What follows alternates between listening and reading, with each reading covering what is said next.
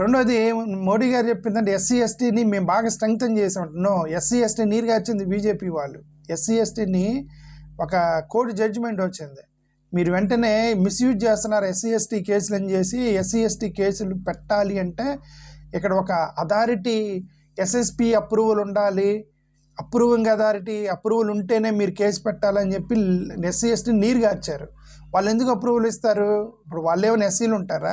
ఒక ఎస్సీ అని వచ్చి వేరే వాళ్ళు కొడతారు, ఈ ఎస్సీ ఎస్టీ కేసు పెడతాడు. ఎస్ఎస్పి అప్రూవల్ ఉంటే ఎస్ఎస్పి ఎవరు? దళితుడా?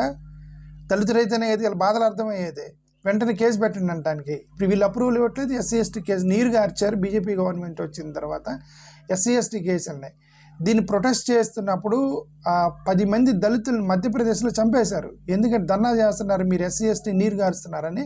మధ్యప్రదేశ్లో 10 మంది దళితులు ఒకే రోజు చచ్చిపోయారు ధర్నా చేస్తుంటే.